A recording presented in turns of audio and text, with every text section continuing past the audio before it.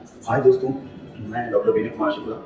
आज एक बहुत ही इम्पोर्टेंट टॉपिक पर आप सब लोगों के बीच में बात करने के लिए आया हूँ। और जैसा कि मेरी वीडियो में बहुत सारे ऐसे पेरेंट्स आते हैं, बताते हैं कि उनके बच्चे को भूख नहीं लगती है, उनका बच्चा सही से कुछ खाता नहीं। तो आज का ये वीडियो मैं इसी टॉपिक पर बना रहा हूँ कि बच्चों में भूख नहीं लगने की, या फिर अगर बच्चा आपका सही से खाना नहीं खाता है तो उसकी प्रमुख क्या क्या वजह हो सकती है। तो वीडियो को अंत तक देखें और आप सभी लोगों से रिक्वेस्ट रहेगी कि मेरे इस चैनल को सब्सक्राइब करें और दूसरों को भी शेयर करें, ताकि मैं आप लोगों के बीच में ऐसी वीडियोज, ऐसी इन्फॉर्मेशन आगे भी लेकर के आता हूँ। तो आज की वीडियो में हम बात करेंगे कि बच्चों में भूख नहीं लगने की या फिर उनकी पुअर एपेटाइट की क्या क्या वजह हो सकती है। तो चलिए वीडियो को शुरू करते हैं। बच्चे में भूख नहीं लगने की पहली और सबसे इम्पोर्टेंट वजह होती है, वो होती है बच्चे का इनिशियल टाइम में फीडिंग सही से नहीं कराना। यानी कि जन्म के बाद में अगर किसी नवजात शिशु का पहले 6 महीने तक जो ब्रेस्ट फीडिंग का टाइम होता है, एक्सक्लूसिव ब्रेस्ट फीडिंग का टाइम होता है, अगर उसको सही से नहीं किया गया है तो, या फिर बहुत सारे पेरेंट्स में 6 महीने के बाद में कॉम्प्लीमेंट्री फीडिंग, जिसे पूरक आहार बोलते हैं, उसको किस तरीके से देना है, इस बात की जो नॉलेज होती है बहुत ही अच्छे ढंग से नहीं होती है, जो कि एक प्रमुख वजह होती है आगे चल करके बच्चों में पुअर एपेटाइट डेवलप होने की। मैं इसको एक्सप्लेन ऐसे करूँगा कि जो मदर का मिल्क होता है वो डिसाइड करता है कि आपके बच्चे की ग्रोथ कैसे होगी। तो जब मदर सही से ब्रेस्ट फीडिंग कराती है, वो डिफरेंट टाइप के सब्सटेंसेस को अपने डाइट में लेती है, तो वो मिल्क के नेचर को डिसाइड करता है और बच्चे को भी ग्रोथ करने में काफ़ी हेल्पफुल होता है। वहीं जो कॉम्प्लीमेंट्री फीडिंग होती है, अगर बच्चा 6 महीने के बाद में जब उसका ऊपरी आहार, पूरक आहार शुरू होता है, पूरक आहार के समय पे अगर आप उसको डिफरेंट टाइप की डाइट्स को कभी खिचड़ी बना करके, कभी मैश करके, कभी थोड़ा सा जब बच्चा ग्रो करता है तो सॉलिड डाइट के रूप में शुरू करती है, तो बच्चे की टेस्ट बड्स जो होती हैं वो उस फूड के लिए फैमिलियर होने लगती है। तो ये फैमिलियरनेस जो होती है वो बच्चों को आगे जा करके जब वो प्रॉपर च्यूनिंग करके खाना शुरू करते हैं तो उस खाने के लिए हैबिचुअलनेस डेवलप कराती है। जो भी पेरेंट्स इनिशियल एज में सही से फीडिंग पर फोकस नहीं कर पाते हैं, वो आगे अक्सर ऐसी कंप्लेन करते हैं कि उनके बच्चे को ये पसंद नहीं है, उनका बच्चा सर ये नहीं खाता है, इसकी क्योंकि आपने शुरुआती समय में बच्चे को उन चीज़ों से एक्सपोज नहीं किया। तो अब आपके बच्चे को वो सारी चीज़ें जो अभी आप खिला रहे हैं वो पसंद नहीं आ रही हैं। तो पहली और सबसे जरूरी वजह है lack of knowledge of proper feeding in initial days. Initial days में यहाँ मतलब हमारा पहले 6 महीने एक्सक्लूसिव ब्रेस्ट फीडिंग से, और उसके बाद में जो कॉम्प्लीमेंट्री फीडिंग का टाइम होता है पहले 2 साल तक का, यहाँ पे फीडिंग से बच्चों की पुअर एपेटाइट का या फिर खाना नहीं खाने की दूसरी सबसे जरूरी वजह होती है कि उनकी हम न्यूट्रिशियस डाइट को हम नॉन न्यूट्रिशियस चीज़ों से रिप्लेस कर देते हैं। बच्चे छोटे हैं, वो जिद करेंगे, चिप्स का मांगेंगे, कुरकुरे मांगते हैं, चॉकलेट्स मांगते हैं, बिस्किट्स मांगते हैं, और हम ये चीज़ें उनको बहुत ही ईजिली ऑफर कर देते हैं। अपने बच्चे को कौन प्यार नहीं करता है, लेकिन प्यार करने का यह मतलब नहीं है कि आप अपने बच्चे को जो भी चीज़ें उसको चाहिए वो बिना सोचे समझे हाजिर कर दें।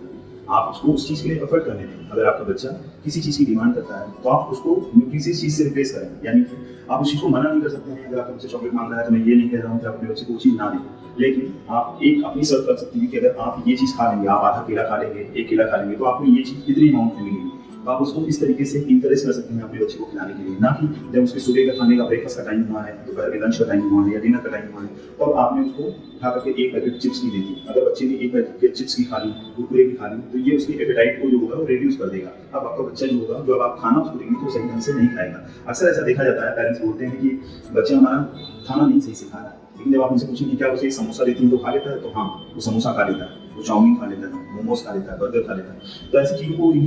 खा लेता है क्योंकि उसमें उसको टेस्टी लगने वाली चीज़ें हैं जिससे वो काफ़ी हैबिचुअल हो चुका है। तो न्यूट्रिशियस डाइट को, यानी कि डाइट के टाइम को आप नॉन न्यूट्रिशियस चीज़ों से रिप्लेस बिल्कुल भी ना करें। ये अक्सर गलती जो है वो पेरेंट्स करते हैं। बच्चों में भूख नहीं लगने की तीसरी इंपॉर्टेंट वजह होती है, वो होती है बच्चों में खून की कमी होना या आयरन की डिफिशियंसी होना। आयरन एक बहुत ही इंपॉर्टेंट माइक्रोन्यूट्रिएंट है जो बॉडी के बहुत सारे एंजाइम्स की एक्टिविटी को डिसाइड करता है। तो जिन बच्चों में आयरन की डिफिशियंसी होती है, ऐसा पाया गया कि नेशनल फैमिली हेल्थ सर्वे जो 5 का डाटा आया, उसमें बताया गया कि अभी भी 6 महीने से लेकर के 5 साल तक के तकरीबन 65 to 67% ऑफ द जो चिल्ड्रन हैं उनमें एनीमिया यानी खून की कमी जो है वो देखी जाती है। यह खून की कमी मुख्यतः आयरन की कमी की वजह से होता है। तो अगर आयरन की कमी आपके बच्चे में रह रही हो तो आपके बच्चे को भूख नहीं लगेगी, बहुत ही ज़्यादा नॉजिया फील होगा या उसका जी मालिश करेगा, बच्चा जो है वो काफ़ी इरिटेबल होगा, पढ़ने में मन नहीं लगेगा, उसके मांसपेशियों में बहुत ज़्यादा दर्द होगा। ये सारे लक्षण जो हैं खून की कमी के या आयरन की डिफिशियंसी के हो सकते हैं। तो जरूरी है कि पेरेंट्स ध्यान दें कि बच्चे की डाइट में green leafy vegetables, fruits, specially जो विटामिन सी रिच फ्रूट्स हैं या जिन फ्रूट्स में आयरन कंटेंट ज़्यादा होता है, जैसे कि एप्पल, पोमग्रेनेट, गुआवा और ऑरेंजेस जो कि विटामिन सी रिच होते हैं, ऐसे फ्रूट्स का सेवन जो है वो अच्छे से कराएं। नट्स में मैं रिकमेंड करूँगा डेट्स, खजूर जो है वो अच्छे सोर्स होते हैं आयरन के। गुड़, जैगरी जो कि इजीली अवेलेबल होता है, ये भी एक अच्छा सोर्स है आयरन का। इसके अलावा ग्रीन लीफी वेजिटेबल्स जैसे कि पालक है, जो कि साग वाली सब्जियां जैसे ठंडक के सीजन में मिलना स्टार्ट होंगी, तो इसका प्रचुर मात्रा में सेवन कराने से ऐसे बच्चों में आयरन की कमी को होने से रोका जा सकता है।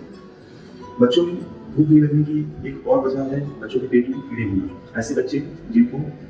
बार बार पेट में ऊपर के दर्द होता है, उनका डाइजेस्टिव सिस्टम सही से काम नहीं कर रहा है, यानी कभी कुछ भी दस्त, कॉन्स्टिपेशन की प्रॉब्लम होती रहती है, बच्चे के शरीर पे एलर्जी के तरीके से छोटे छोटे दाने निकलते रहते हैं, तो ये हो सकता है कि बच्चे के पेट में कीड़े होने के लक्षण हो सकते हैं। तो WHO की रिकमेंडेशन है कि बच्चे को 2 साल के बाद में हर 6 महीने पर एक डोज जो है वो कीड़े की दवा को, जैसे एल्बेंडाजोल या फिर ये जो मेडिसिन हैं, ये आपको हर 6 महीने एक खुराक जरूर से देनी चाहिए। तो पेट में कीड़े होना या फिर बच्चे में भूख नहीं लगने की प्रमुख वजह हो सकती है। बच्चे में भूख नहीं लगने की और भी जो वजह है, इसमें एक सबसे बड़ी वजह बच्चे में कॉन्स्टिपेशन का प्रॉब्लम हो सकता है, यानी कि जिन बच्चों में कब्ज की शिकायत होती है, जो बच्चे ज़्यादा मैदा वगैरह वाला खाना खाते हैं या उनके खाने में फाइबर की मात्रा बहुत ही कम होती है, या पुअर टॉयलेट ट्रेनिंग का मतलब होता है कि बच्चे को जैसे सुबह में टॉयलेट के लिए जाना है, अब बच्चा सुबह टॉयलेट करने के लिए नहीं जा रहा है, वो शाम को जा रहा है, दोपहर में जा रहा है, या पूरा दिन नहीं जा रहा है, आपने उसको टॉयलेट ट्रेनिंग नहीं करा है, टॉयलेट में नहीं भेजा, तो ऐसे बच्चे जो होंगे वो कॉन्स्टिपेशन का शिकार हो जाते हैं। और जब बच्चे कॉन्स्टिपेटेड रहेंगे तो फिर उनका खाना खाने का मन सही ढंग से नहीं करेगा। तो अगर आपके बच्चे में कॉन्स्टिपेशन की प्रॉब्लम होती है तो सबसे इंपॉर्टेंट चीज़ पहला तो फिक्स करें कि उनको आप टॉयलेट सीट पे बैठाने की प्रैक्टिस कराएं, उनके खाने में मैदे या फिर जो भी फाइन डाइट होती है उसको कम करें, और फाइबर की मात्रा जो कि स्पेशली जो फ्रूट्स होती हैं उन डाइट की मात्रा जो है उनके खाने में बढ़ाने की कोशिश करें। तो इस तरीके से आप कॉन्स्टिपेशन को रिलीव करके बच्चे के एपेटाइट को इम्प्रूव कर सकते हैं। कुछ मेडिकल कंडीशंस होती हैं जैसे ट्यूबरक्लोसिस, जैसे कुछ बच्चों में हार्ट डिजीजेज वगैरह होती हैं, जिस वजह से भी बच्चे जो हैं वो उनकी एपेटाइट जो है वो पुअर होती है, बच्चे लॉन्ग टर्म मेडिसिन के रहते हैं, तो इस वजह से भी उनकी एपेटाइट जो है वो इफेक्ट होती है। तो अगर ऐसी कोई भी वजह आपके बच्चे को कोई मेडिकल ट्रीटमेंट बच्चे का चल रहा है और बच्चे को भूख नहीं लग रही है, तो जरूरी होगा कि आप अपने डॉक्टर से एक बार कंसल्ट करें और आपके डॉक्टर आपको सजेस्ट करेंगे कि आप उसमें क्या कर सकते हैं। ये सारी की सारी वजहों में अभी जो रिसेंट में बहुत ही इंपॉर्टेंट वजह जो देखने को मिल रही है वो है स्क्रीन टाइम। ज़्यादातर पेरेंट्स अपने बच्चे को मोबाइल फ़ोन दिखा करके, टेलीविज़न दिखा करके खाना खिलाने की प्रैक्टिस कराते हैं, फिर जब बच्चे को वो चीज़ें नहीं मिलती हैं तो बच्चा खाना खाने से मना कर देता है। तो मैं रिकमेंड करूँगा कि 1 साल से तो नीचे के बच्चे को जनरली कोई भी स्क्रीन टाइम रिकमेंडेड नहीं है, और अप टू 2 ईयर्स तक जो स्क्रीन टाइम यानी कि जो पूरे दिन में टीवी, मोबाइल फ़ोन देखने का जो टाइम है वो 1 घंटे से ज़्यादा नहीं होना चाहिए। अगर इस टाइम को आप लिमिट कर सकते हैं तो फिर बच्चे की एपेटाइट को आप इनहेंस कर सकते हैं। तो कोशिश यह करें कि बच्चे को जब भी आप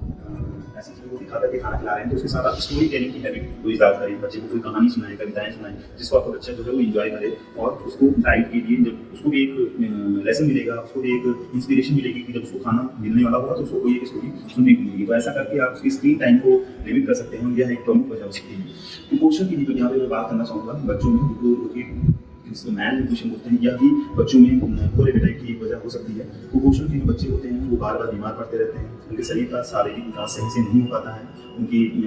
लंबाई के एवज में उनका जो वजन है वो कम बढ़ता है। तो इस तरीके से ऐसे बच्चे जो होते हैं वो इन्फेक्शन प्रोन होते हैं, यानी कि वो बार बार बीमार पड़ते रहते हैं। तो अगर आपके बच्चे में